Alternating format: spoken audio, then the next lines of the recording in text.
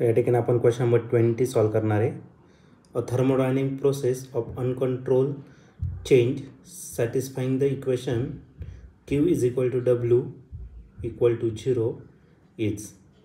तर uncontrol condition satisfy करतं आहे आणि त्याच्यामध्ये Q 0 आहे आणि W पण 0 आहे.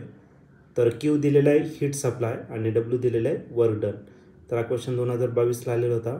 याच्या 4 ऑप्शनपैकी पहिलं जे ऑप्शन आहे ए ते आहे फ्री एक्सपान्शन, बी ऑप्शन आहे सायक्लिक, सी ऑप्शन आहे आयसोकोरिक, डी ऑप्शन आहे आयसोथर्मल.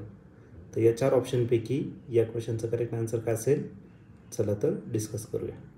तर या क्वेश्चनमध्ये आपल्याला एक थर्मोडायनेमिक प्रोसेस दिलेली आहे जी अनकंट्रोल चेंजेस सॅटिस्फाय करते आणि त्या इक्वेशनमध्ये जो क्यू आहे अमाऊंट ऑफ हीट सप्लाय आणि वर्क डन डब्ल्यू, तर या दोघांची व्हॅल्यू किती येतं 0 आहे. अशी एक प्रोसेस आहे. तर त्या प्रोसेसचं नाव काय आहे, त्या प्रोसेसचं नाव आपल्याला या ठिकाणी फाईंड करायचं आहे. ओके, क्यू हीट सप्लाय झालेलं आहे आणि डब्ल्यू काय तर वर्क डन आहे.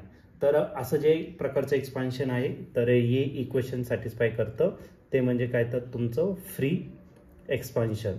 म्हणजे एक्झाम्पल जर सांगायचं झालं तर एखादं टायर जर असेल तर सडनली रप्चर झाला, ओके, किंवा बलून आहे त्या बलूनला काय केलं सडनली आपण पंक्चर करून टाकलं, पिन टोचली, तर त्याच्यामध्ये काय होतं सडन एक्सपान्शन होतं ज्याच्यामध्ये आपण हीट नाही सप्लाय केलं. ओके, कोणत्या प्रकारचं वर्क डन नाही झालं पण ते होतच नाही, मग ते किती असतं 0.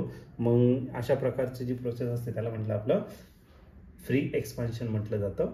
मग या ठिकाणी ऑप्शन नंबर ए जो आहे तो या क्वेश्चनचा करेक्ट आन्सर असेल ऑप्शन ए, म्हणजेच काय तर फ्री एक्सपान्शन.